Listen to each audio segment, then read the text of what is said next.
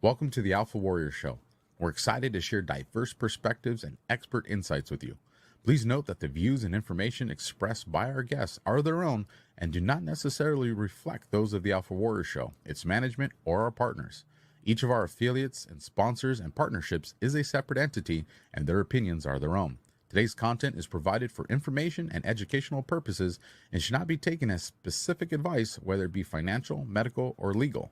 While we strive to present accurate and useful information, we cannot guarantee its completeness or relevance to your specific situation. We provide all information as is and encourage you to consult with a professional advisor to address your specific individual needs. Your use of any information from this broadcast is entirely at your own risk. By listening further, you agree to identify and protect the AlphaWarrior Show and its associates from any claims or damages arising from your use of this broadcast content. Changes to this disclaimer may be made at any time and will be done effectively immediately upon posting or broadcasting.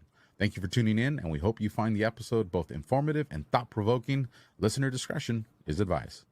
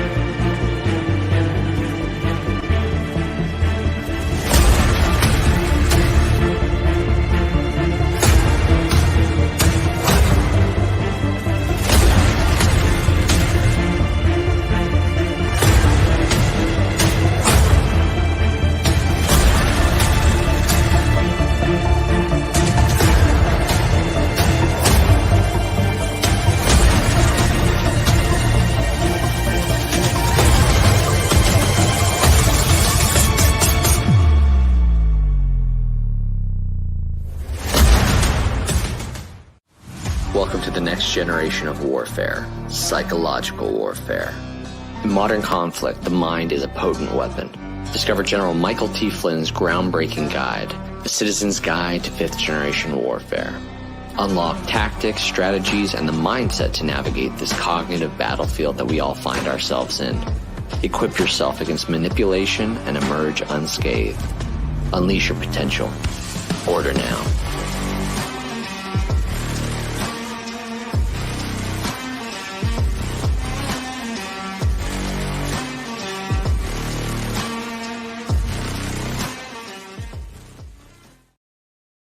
GeneralFlynn.com/alpha. How many times have you ever wanted the opportunity to be able to talk to a man who's been there, a man who led the troops? We have that opportunity tonight. Welcome to the AlphaWarrior Show. I am your host, Alpha. I'm talking about Sheriff Richard Mack. You guys know what the badge means to you. You know my love for the blue line. You know my love for the shield, for the star. I've wanted this conversation for such a long time. And the fact that not only do I get to have it, but that you guys get to experience it means a lot to me, because I get to have, a cop conversation with a man that was not just a cop, but led cops, continues to lead the movement. And we're going to cover a lot of topics that you probably don't hear too often. So before we do that, you guys know I run the content commercial free after this. Let's get to some amazing sponsors real quick. And then, like I said, we're commercial free to the end, which means when the show's over, don't just disappear on me. Stick around for a minute or two afterwards and support the people who support this show. But first on deck, you guys, Gold Code. They're my partners. AlphaLikesGold.com. Be prepared. It's easy. It's fast. Rich are buying gold. I wonder why. Diversification, IRS threats. It's all out there, you guys. It's one of the reasons that I've partnered with this top rated precious metal company, Goldco. Reputation matters, you guys, and Goldco is a 6-time Inc. 5000 winner, 2022 Company of the Year, and they've helped people like you and me place over $2 billion in gold and silver. And right now, they are offering my supporters up to $10,000 in bonus silver when you open up a qualified IRA account. This is your opportunity to protect yourself from this out of control and very, very corrupt government. Don't pass it up, you guys. Grab your phone or go to your keyboard, whatever it is you need to get the job done. Take action today. Visit alphalikesgold.com. At a minimum, you guys, just get the information, talk to these people, and see if it resonates with you. And then America's favorite mustache. And then when I come back, you guys are in for an amazing conversation. So I will see you guys in 60 seconds. When I started MyPillow, it was just a problem solution, one product company. Well, since then, with the help of my dedicated employees, we now have hundreds of products, some you might not even know about. To get the word out, we're having a $25 extravaganza. 2-pack multi-use MyPillows, $25. MyPillow sandals, $25. And for the first time ever, our 6-pack towel sets, you guessed it, just $25. Our brand new 4-pack dish towels, $25. And I've never done this before. Premium MyPillows with all new Giza fabric, any size, any loft level, even king size for only $25. And there's so much more. So go to MyPillow.com or call the number on your screen. Use your promo code for our $25 extravaganza. Order $75 and over. Your entire order ships absolutely free. You gotta love Mike and his enthusiasm. All the links are down in the description. If you are driving and just listening to the audio portion of this show, don't worry. All the links, things that we're talking about, are down in the description, where all you gotta do is click them. With that being said, you're gonna see something scrolling across the bottom of the screen the entire show. We're gonna talk about that. All of you, if you're patriots, you need to go visit it. And when we talk about it, you're gonna understand why. Let me bring the man you guys really want to hear from tonight. Sheriff Mack, how are you doing, sir?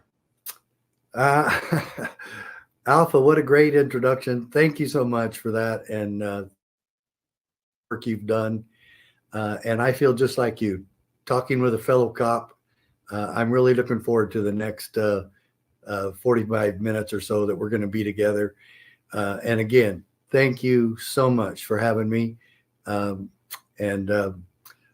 I've wanted to do your show for a long time too. Well, it's much appreciated, Sheriff. You know, and you feel this, which is the cool part. I love our badge wearers. I think back to like the old school days, you know, like Tombstone and spurs on the boots, you know, the old gunslingers. And so when I see these men and women, it's like, these are people who have said, you know, if the situation calls for it, you know, I'll put my life in front of any stranger to preserve that life, even if it costs my own. And it takes a special person to do that, knowing that it's not all about the excitement. It's not all about the boring, you know, paper pushing, because a vast majority of the time we are just secretaries with a gun. but it's just that understanding that if the day calls for it or the night calls for it, these are people that are going to step in the gap. And it's why I love them so much. So I'm like in this turmoil right now, Sheriff, because I see the greatness that the institution of law enforcement is doing, but I also see where we fumbled the ball a few times and where we've betrayed the public. Right. And this relationship needs to be fixed, because, you know, tyranny wants, you know, the community to turn on cops, and the tyranny wants the law enforcement to turn on the community. So with that, because we're going to talk about that, and I want your insight. But first, what even made you want to carry the badge, Sheriff? Well, that's a kind of a family question. My father was a retired. He passed away in 2005, but he retired from the FBI in 1975, and he spent about over 30 years with the Bureau. And so I grew up first wanting to be a professional baseball player. And that never worked out, although I did excel in baseball and football and basketball in high school, and played college football and baseball. And then I met my wife and we got married, and I thought, well, I'm not going pro. I had some big college offers, even Penn State, Joe Paterno. But I just felt I needed to settle down and start having a family and dedicate myself to getting a career. And that was FBI. And so I got a degree, tried to get in the FBI several times. And while I was waiting to hear from the Bureau, I hired on full-time with the Provo Police Department in Utah, and did everything imaginable in 11 and a half years in law enforcement. I actually started as a meter maid. Yeah.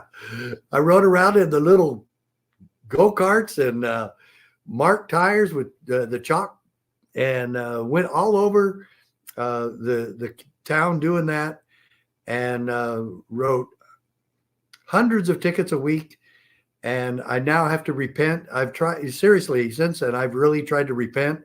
If I could call back all those people I gave tickets to, I would refund their money. I'm not kidding you. I think tickets are abusive, and the most of the tickets in this country have nothing to do with public safety and everything to do with tax collecting. And this is my term for that. Tickets are nothing more than taxation through citation. And I didn't want to be a tax collector. I wanted to be a public servant, and I wanted to help people. But even more than that, after I got converted to the Constitution, I wanted to protect people's rights. And I'm telling you right now, Alpha, that is where law enforcement misses the boat. And it's a big boat. No police academies, hardly at all. There might be one or two here and there. No police departments, no sheriff's offices. And again, there's some exceptions here and there. Train their deputies, their patrol officers, their peace officers, their personnel in the significance of the oath of office. And they don't train them why they take the oath of office. The Article 6 of the U.S. Constitution, the supreme law of the land, requires that each of us swear an oath of allegiance to the Constitution. How many of us have been trained in the Constitution?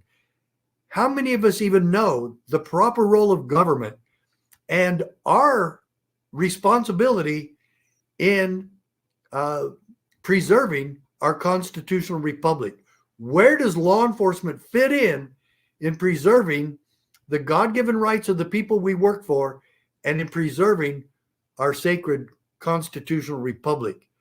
And so that's where I think we've missed the boat. And I think that would solve so many problems, teaching those fundamentals to every peace officer in this country, that it's our job first and foremost to keep our oath and protect the rights of every human being within our jurisdictions.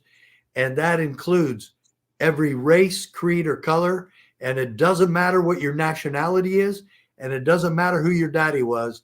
It matters who you are as a person and who the cop believes is his responsibility to protect. That is the America we're supposed to be living in. 100%, Sheriff. As a matter of fact, something I wanted to say when you said that, you sent me back to walking the halls of my agency, being in briefing, being in the report writing room. Yeah. And as I was visualizing that while you were talking, you know what I saw everywhere? California Penal Code, California Penal Code, California Penal Code. We had them everywhere for reference. But I think back, and this breaks my heart, you know what I didn't see? The Bill of Rights. Or the Constitution anywhere.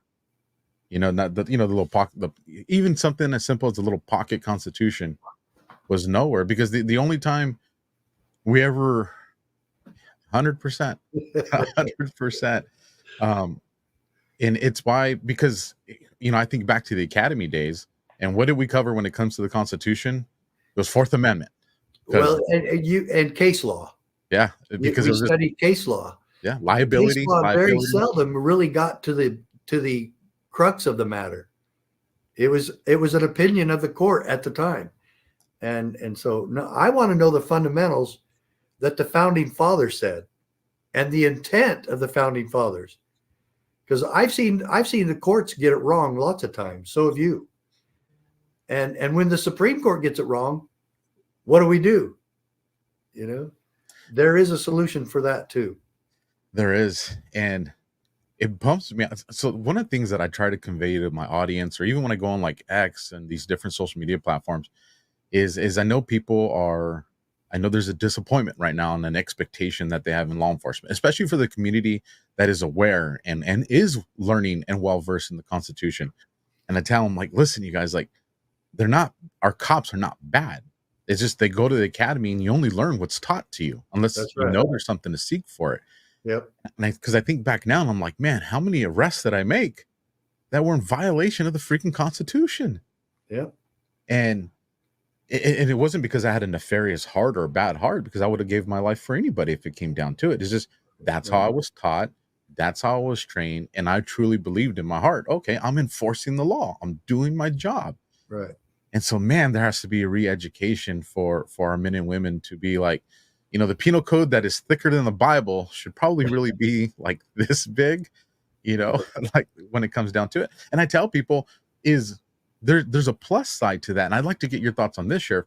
How much time does our law enforcement waste in all these laws that are in that thick penal code, which then backs up the court system, which then creates all this unnecessary report writing, where if they weren't doing all that, they'd probably be in the street actually preventing crime? How much time are we wasting in law enforcement, Sheriff? Well, it's far too much. I don't have a measurement of that, but it's far too much. And you brought up earlier an exciting career. Well, you know, the movies and television shows about police, they make this one thing, and I know you're going to kind of chuckle. They make this one thing look very exciting and glorious.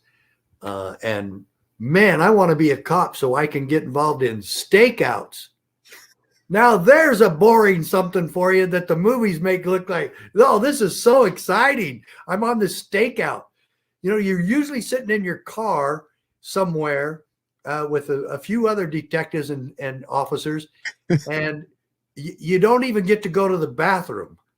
And you have to find a creative way to do that while you're trying to do anything and everything to stay awake and make sure that for days you are waiting for this one suspect to make a mistake so that you can arrest him. I'm not saying they're not necessary. Stakeouts are necessary, but they are boring. And the movies make them look so exciting, you know. But anyway, I love law enforcement.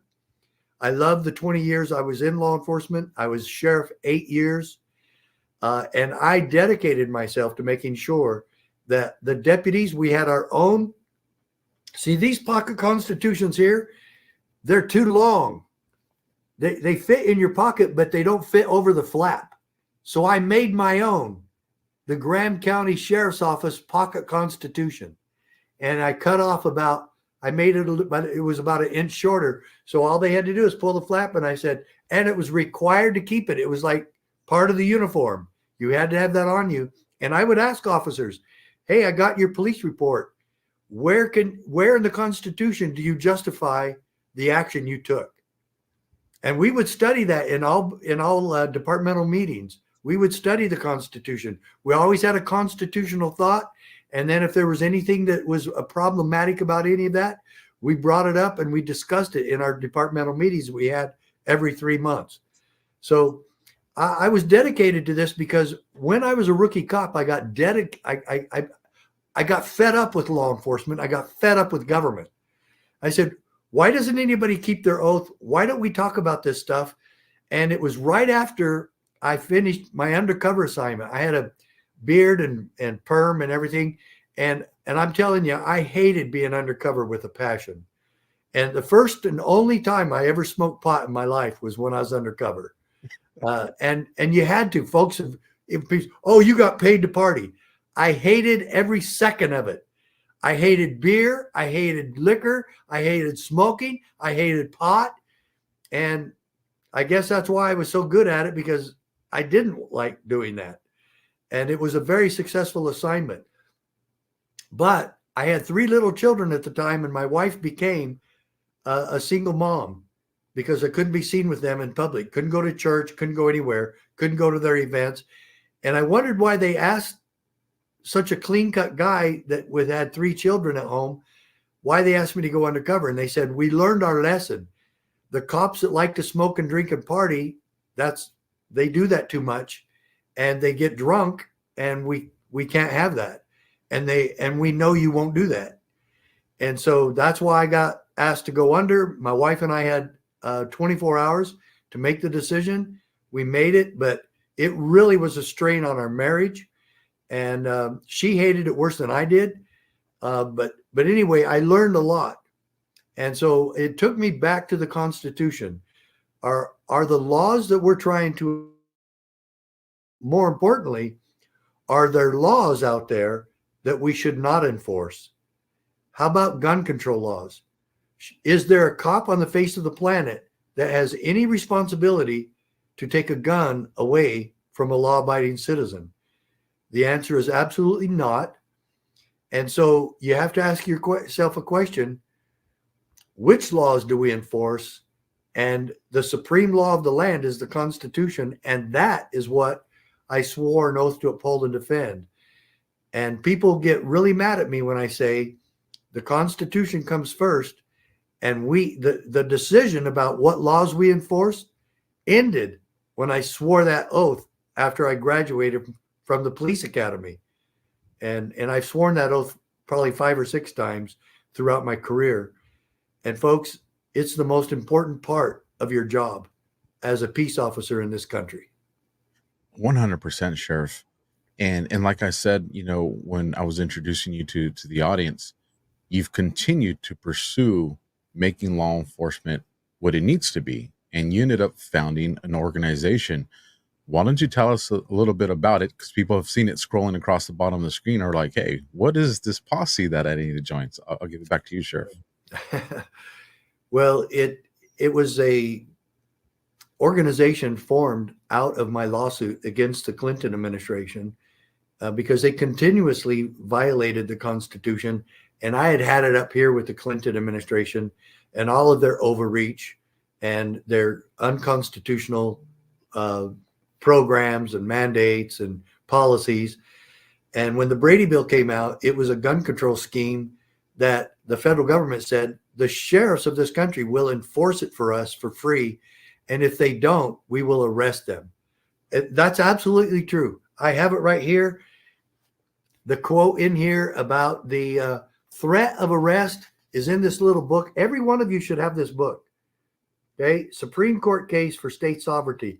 This is the only time in history where sheriffs sued the federal government and won. And out of this lawsuit came the CSPOA, the Constitutional Sheriffs and Peace Officers Association.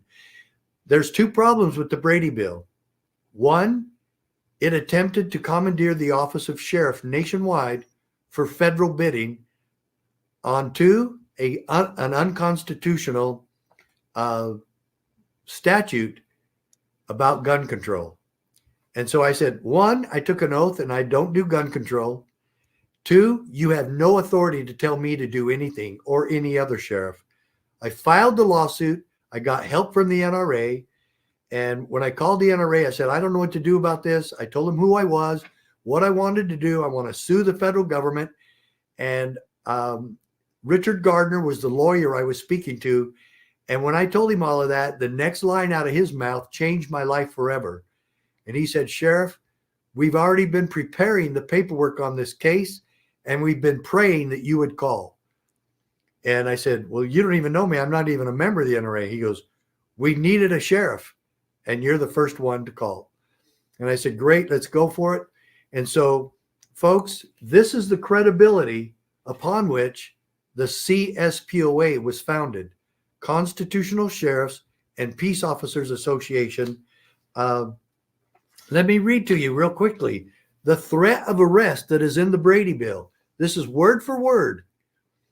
Under a separate provision of the GCA, that's the Gun Control Act of 1968, any person who knowingly violates the section of the GCA amended by the Brady Bill, shall be fined under this title, imprisoned for no more than 1 year or both.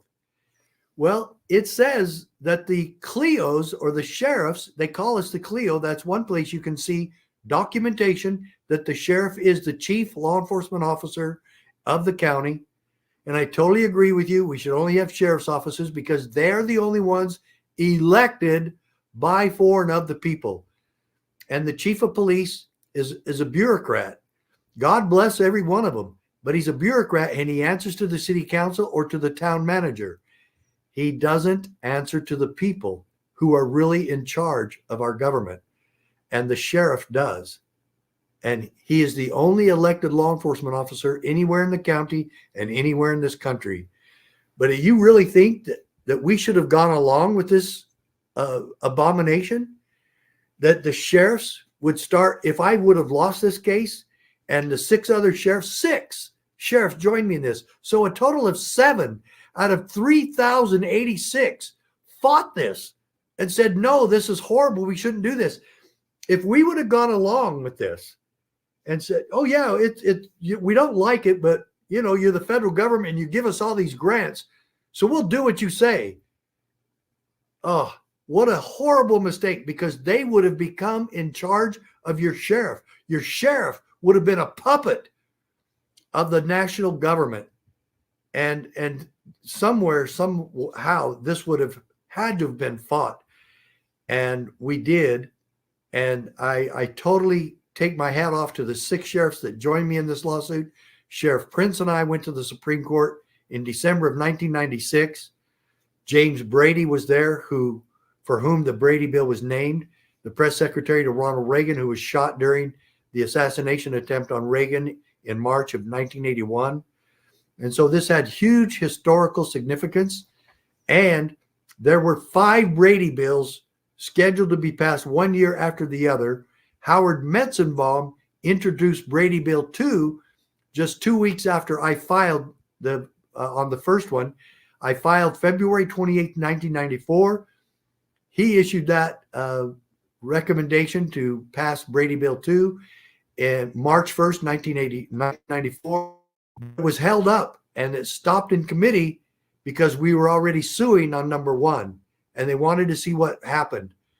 And when we won, Brady Bills 2, 3, 4, and 5 died. And there, 7 sheriffs did more to preserve the Second Amendment than Congress has in the last 100 years. And so I'm very proud of that historical fact. But the Brady Bill was the impetus for starting the CSPOA. And folks, I'm here to tell you that every one of you should be a part of that. It's the only peaceful and effective solution we have left.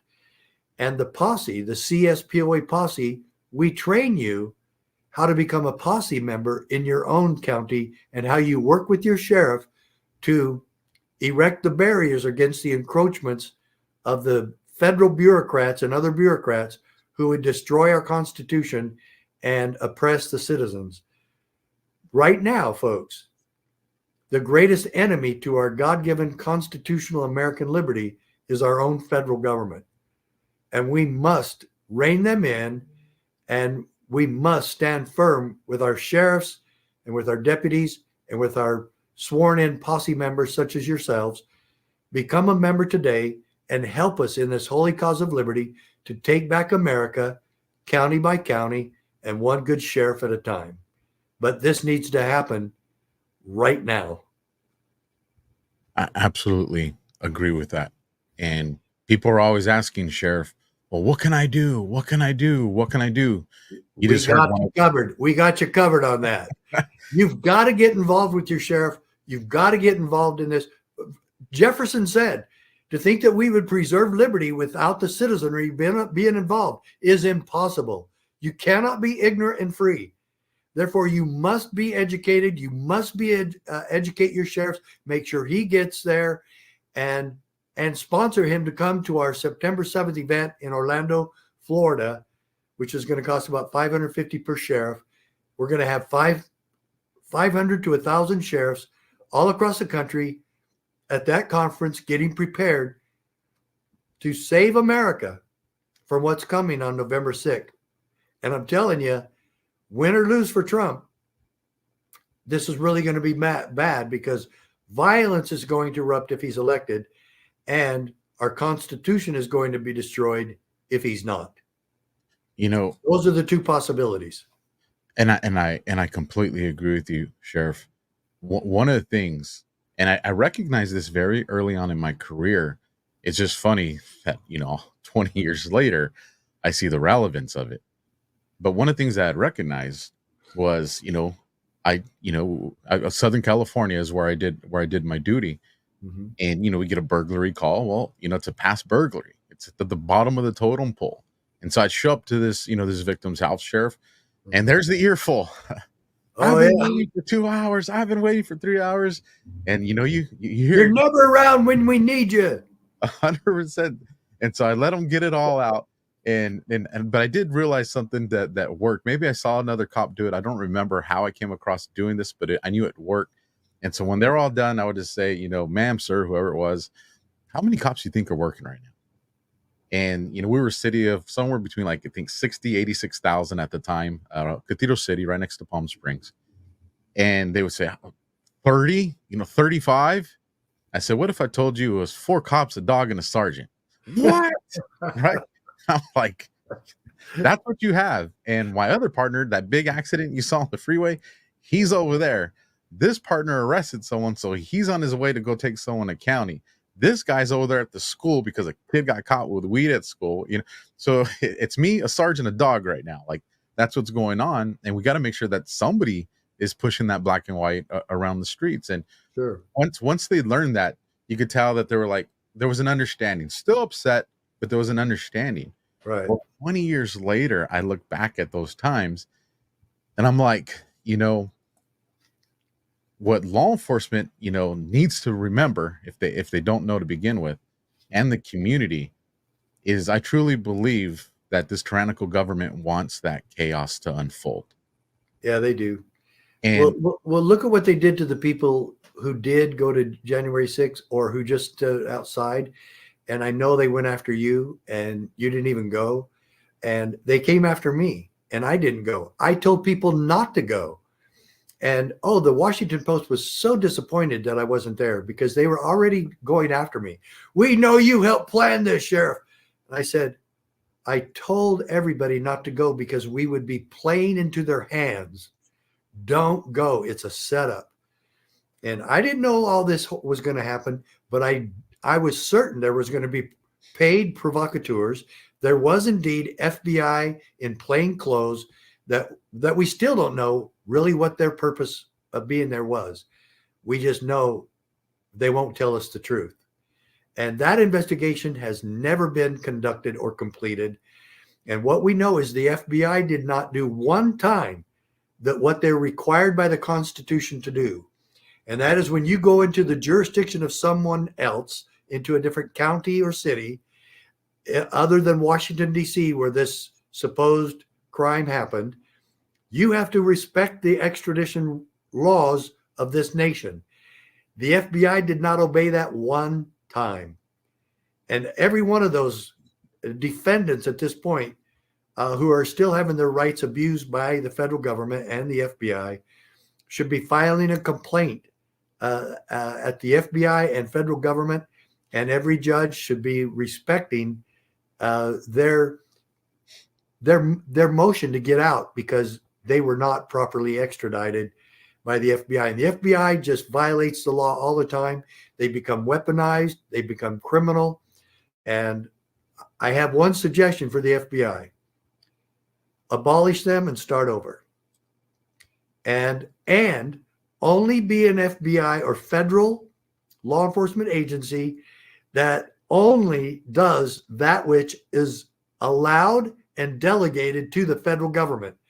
There's 5 law enforcement authorities that have been delegated to the federal government: treason, counterfeiting, felonies committed on the high seas or piracies, laws against treaties that we have with other nations, and protecting our borders from invasion.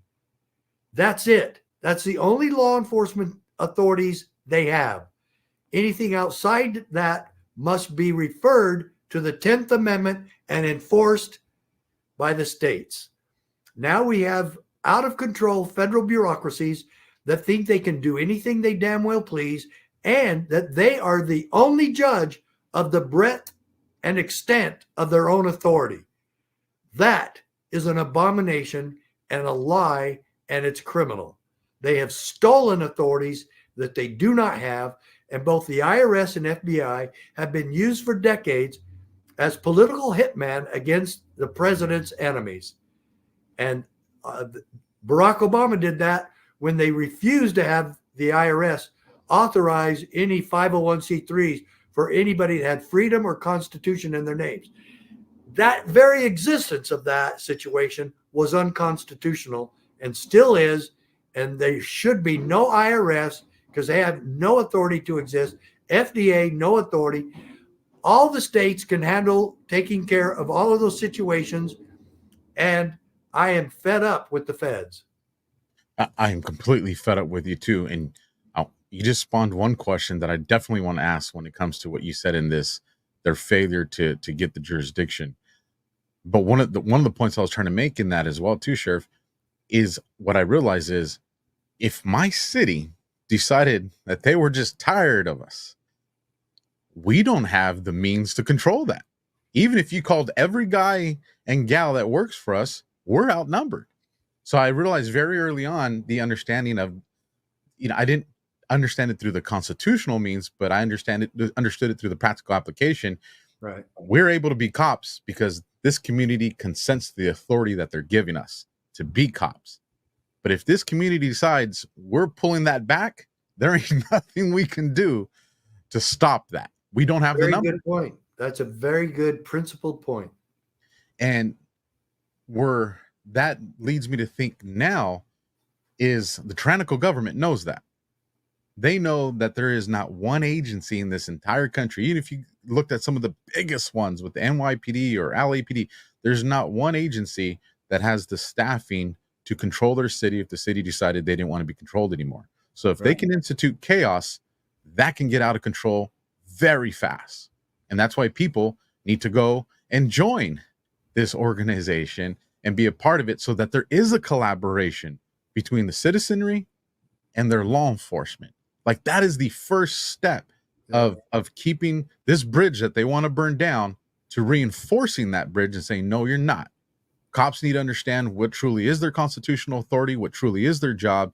And the citizens need to understand what's out of bounds for the cops. And when we go outside of the out of bounds, hold us accountable and be like, you're not supposed to do that, and bring it back in. Excellent principal point. Thank you for that. And folks, again, he used a key word there. All authority by government is bestowed and delegated by we the people. This was a government established on an opposite triangle.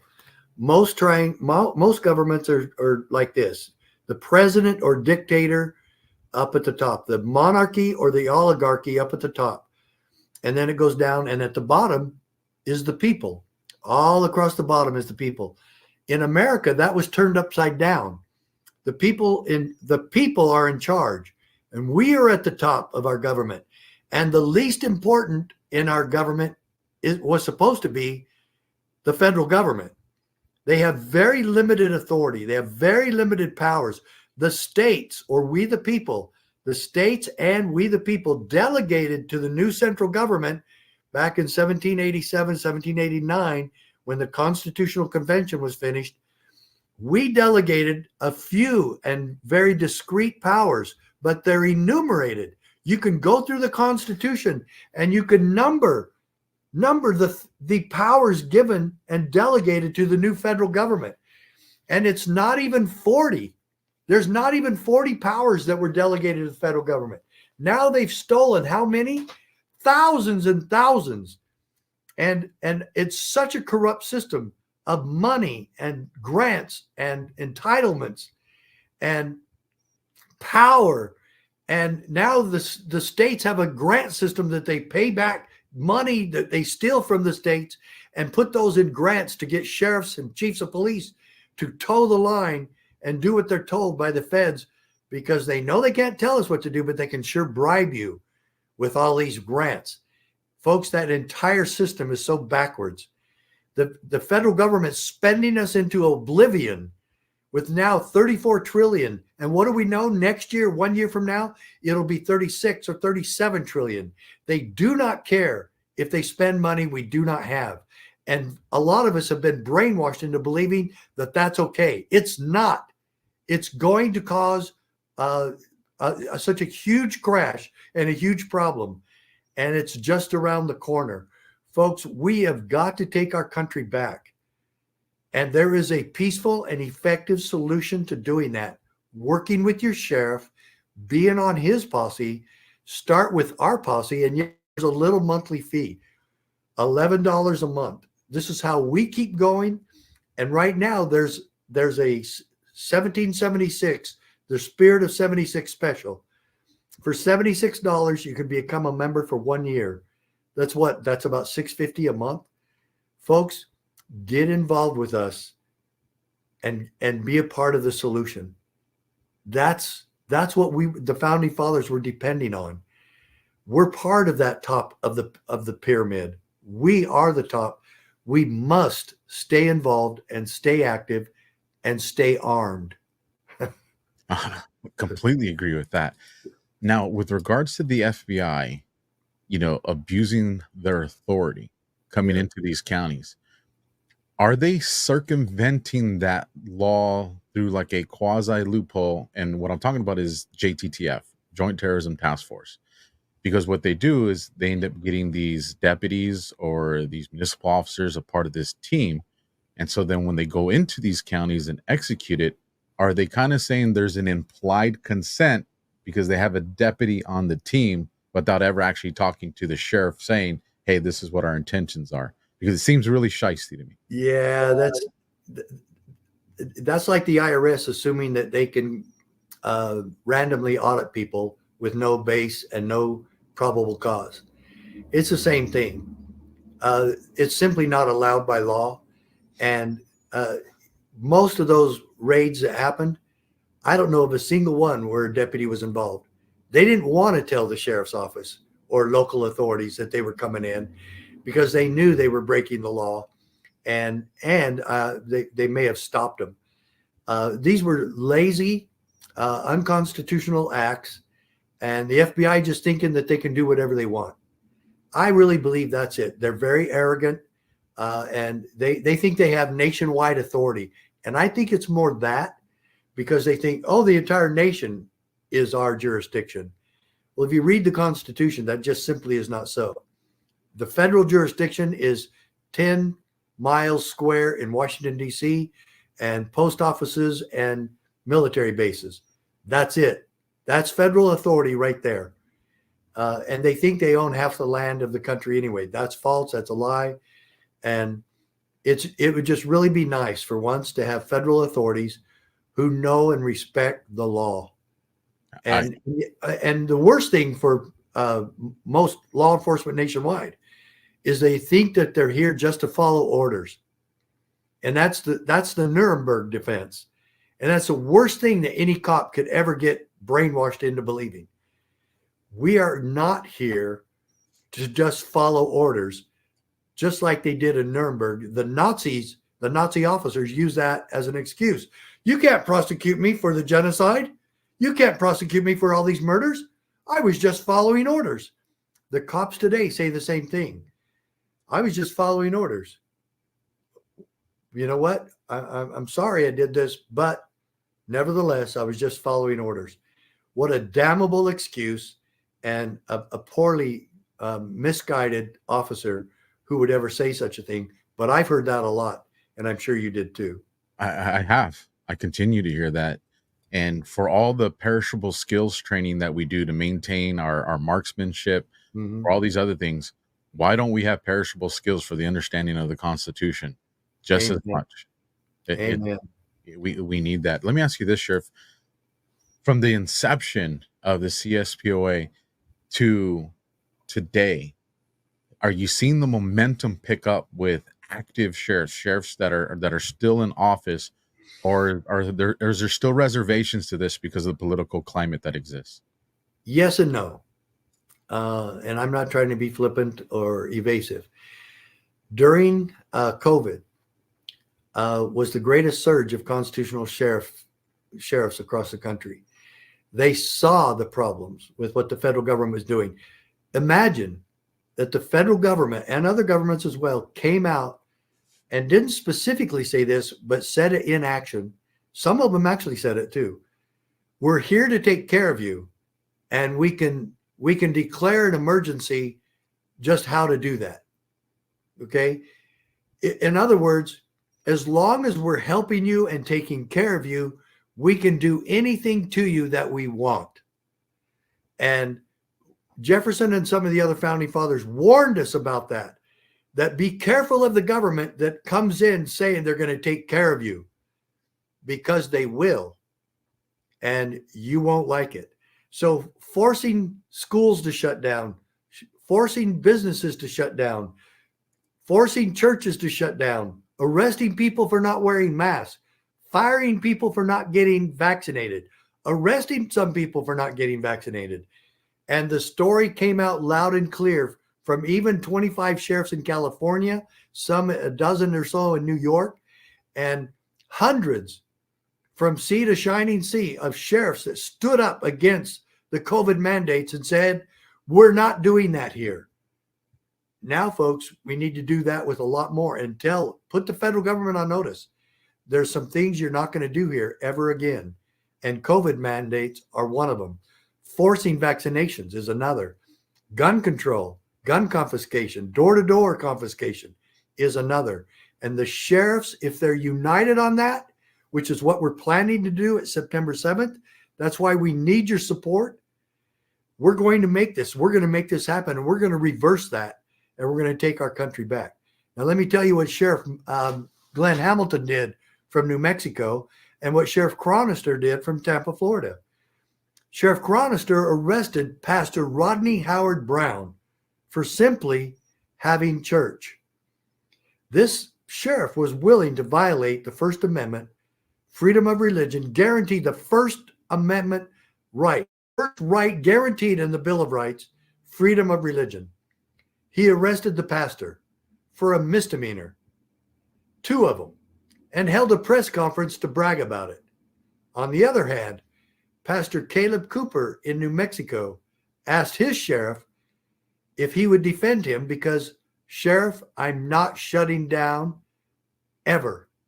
My church is essential, and we're going to stay open. Federal mandates notwithstanding, state mandates notwithstanding. And the Sheriff Hamilton told Pastor Cooper, if it means I go to jail, I will protect you and your congregation from any shutdown. So the sheriff came in and deputized everybody inside the church, all except the little children. Everybody's deputized. The state comes to shut them down. He said, this is a sheriff's office meeting. They're under my authority. They're staying open. Goodbye. The state police left. Pastor Cooper stayed open and never shut down a single day during the pandemic. Praise God for both the pastor and the sheriff. And now they do the Sheriff Shepherd Show.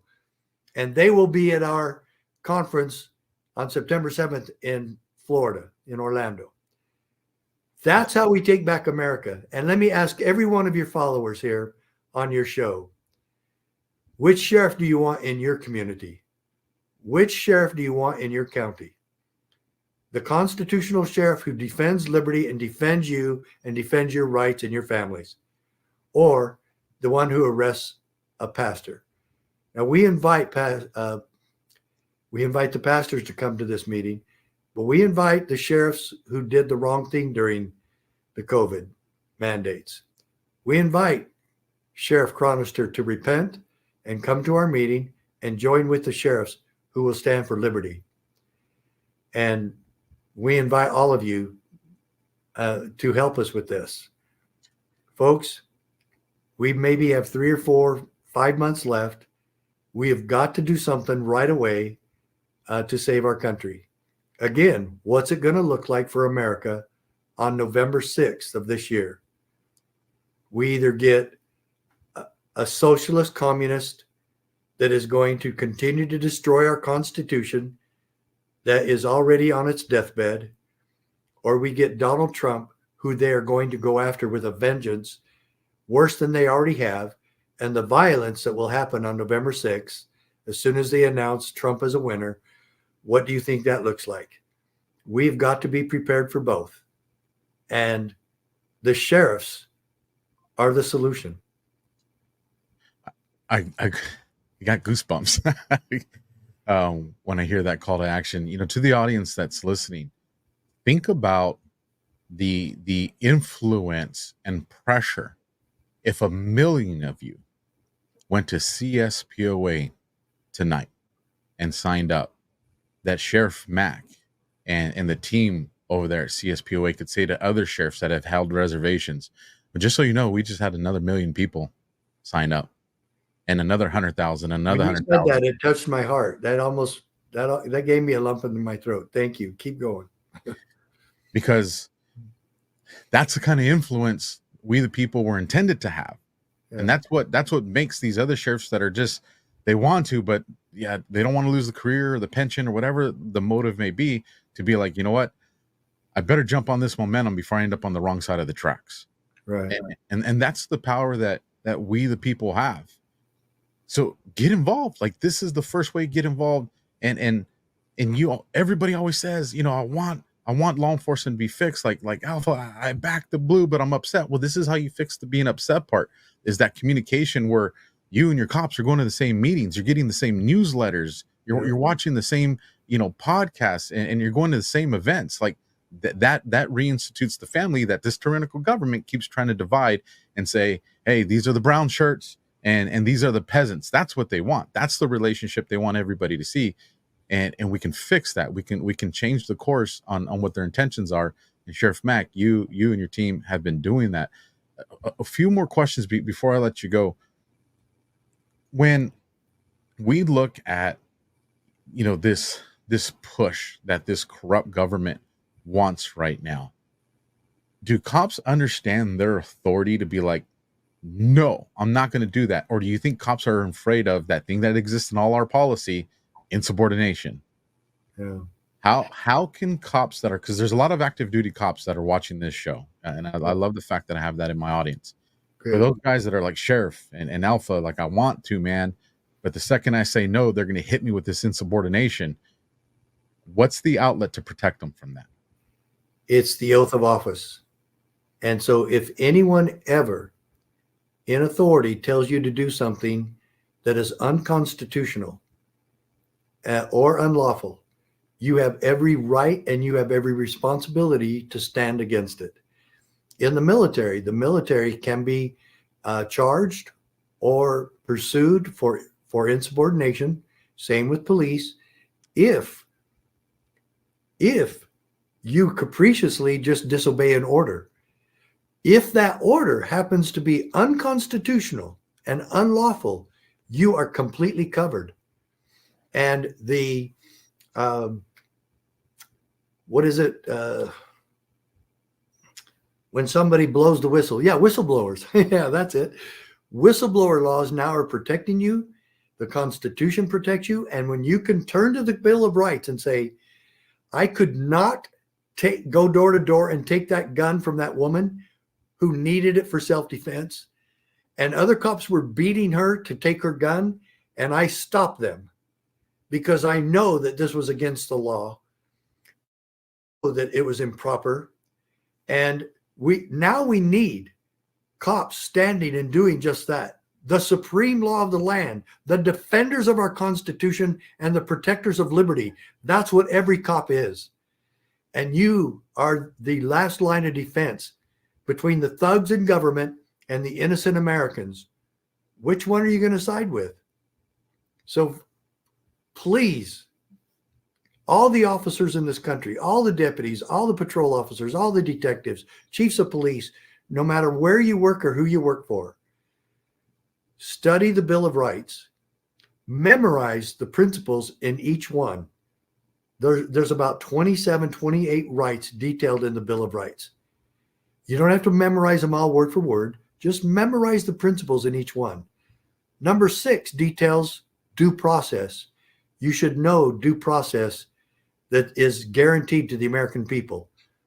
It's time to us to stand strong. And when we do, we make it to where this is vogue. This is what all of us are doing. This is what we all should be doing. Stand and be counted, officer. It's time. You're our last great hope. I agree with that completely. Last 2 questions, Sheriff. So for that person in the audience, or even the cop that's listening, that's like, I don't know where my police chief or sheriff stands on this.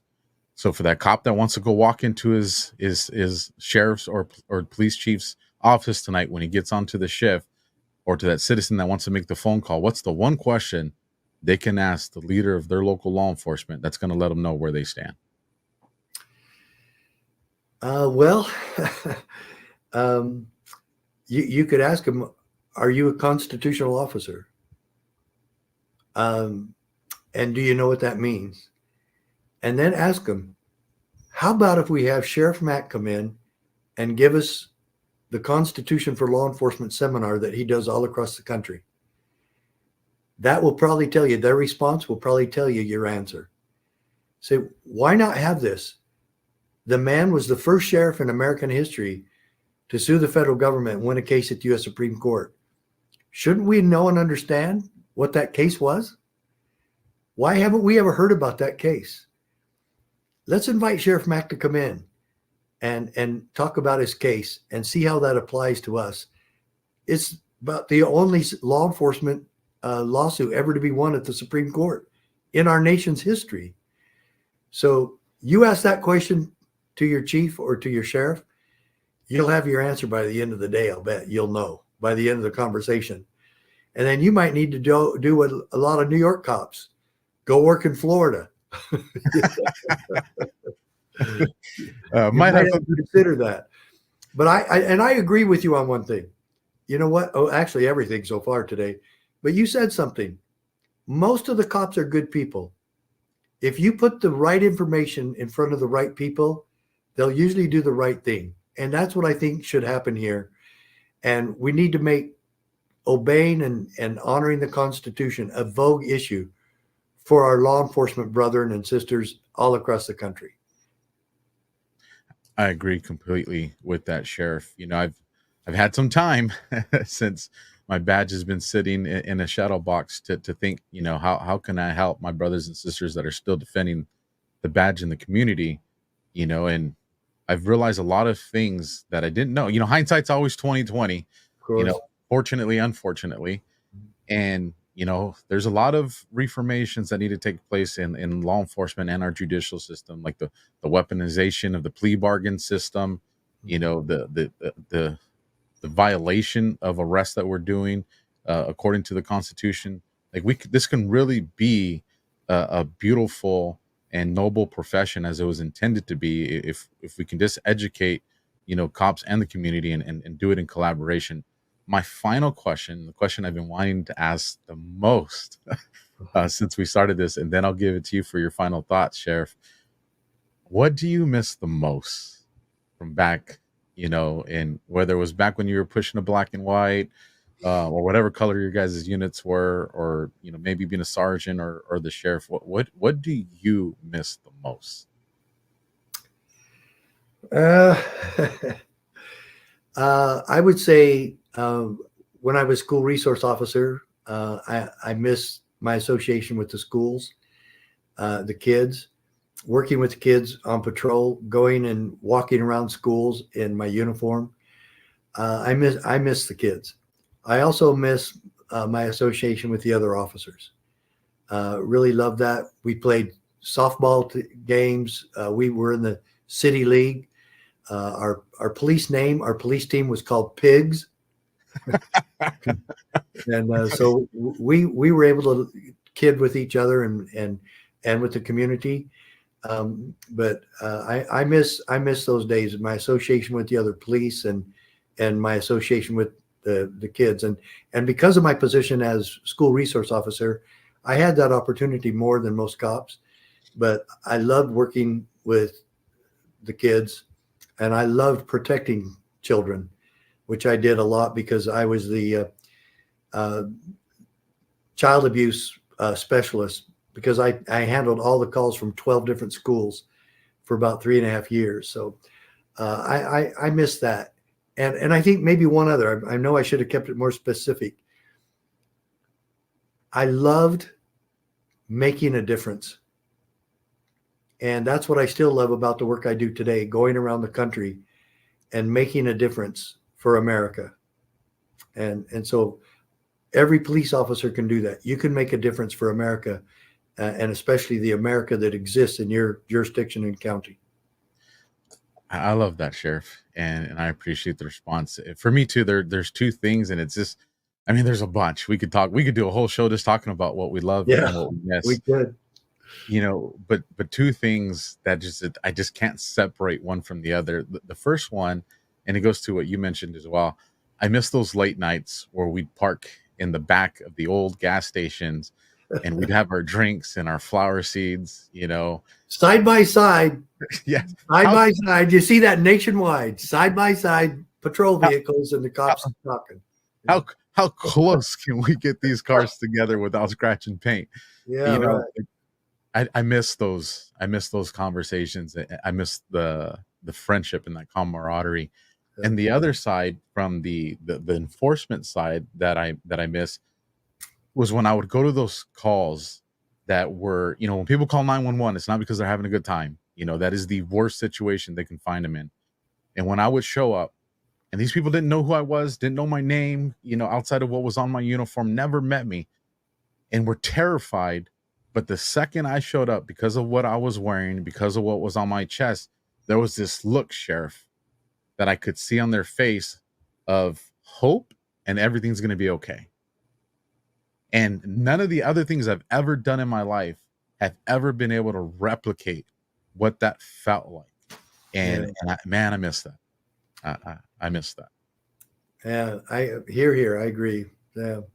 So I've appreciated this conversation, Sheriff. I hope we get to have some more in the future. I look forward to the day I get to shake your hand personally for the respect that I have for you. Your final thought to the audience. We need to get them over. We need to get them to sign up for this. $76 for the whole year, or $11 for a month. Your final word, and then we'll call it a night, Sheriff. Well, folks, Patrick Henry talked in his famous speech, "Give Me Liberty or Give Me Death." He talked about the holy cause of liberty that we're involved in. And that's where we are today. The last line of the Declaration of Independence were, again, from the Founding Fathers. And for the support of this declaration, with a firm reliance on the protection of divine providence, we mutually pledge to each other our lives, our fortunes, and our sacred honor. We must do likewise, and we must be engaged in this holy cause of liberty. And I ask each and every one of you to join us in this holy cause of saving America today. May God bless us as we do. Ladies and gentlemen, Sheriff Richard Mack, this has been the AlphaWarrior Show. I'm your host. We ran this content commercial free, so do me a favor, stick around for a minute or two, support the people that support this channel, and I'll catch you guys next time. First in, last out. Good night, everybody.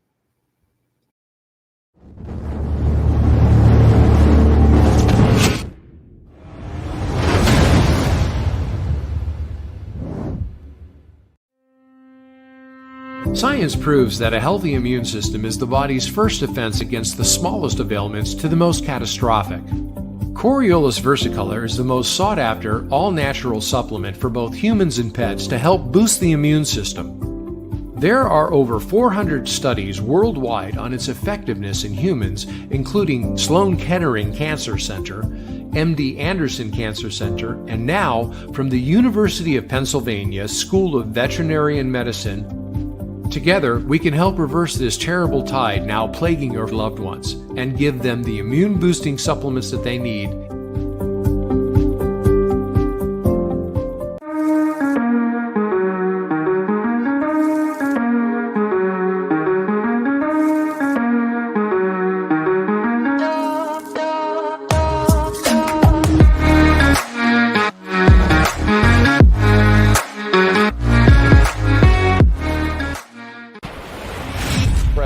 former National Security Advisor, Lieutenant General Michael Flynn, pleading guilty today to lying to the FBI. Flynn knew exactly how the system worked. He knew exactly what the intel world had been up to. He understood its funding. They had to get rid of Flynn. There was a moment where I just felt like I was drowning.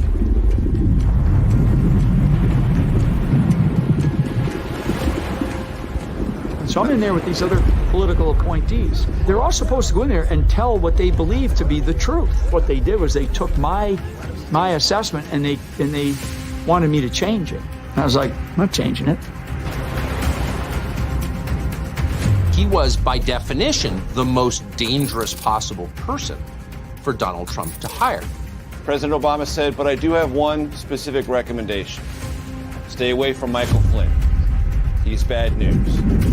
Over time, instead of being pounded down below the surface of the ocean, we started to fight. I'm now above the surface.